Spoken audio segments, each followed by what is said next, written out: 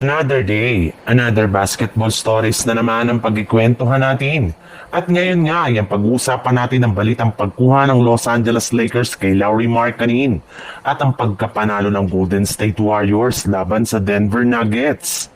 Pamakailan lamang nga ay pinagkaguluhan nga ng mga fans sa social media ang lumabas na balita na posible nga daw na kunin ng Los Angeles Lakers si Lauri Markkanen sa pamamagitan ng isang blockbuster trade.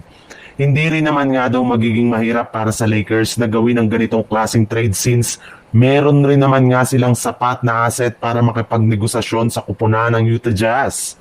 Maaari nga daw nila ditong gamitin either sina Austin Reeves, Jared Vanderbilt, Dalton Kenick at maging ang ilan sa kanilang mga future draft pick.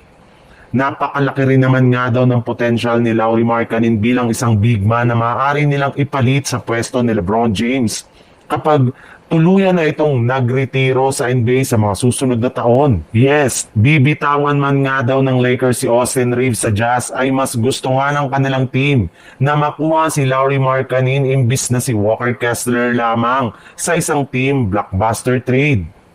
Sa ibang balita naman, nagawa nga ng Golden State Warriors na maipanalo ang kanilang game ngayon laban sa Denver Nuggets sa score na 137-131 sa pangunguna ni Stephen Curry na nakapagtala ng 42 points, 6 rebounds at 7 assists kasama na nga dyan ang pagtala niya ng 16 straight points sa clutch minute ng kanilang laban.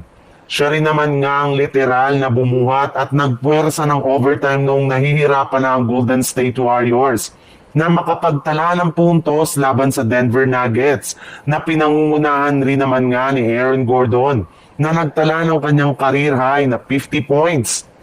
Bukod rin nga kay Curry, nagkaroon rin naman nga ng ambagang kanyang mga teammates na sina Jimmy Butler na kumuha ng 21 points, Jonathan Kuminga na gumawa ng 14 points, Draymond Green na nagtala ng 13 points at si Al Horford na gumawa ng 13 points.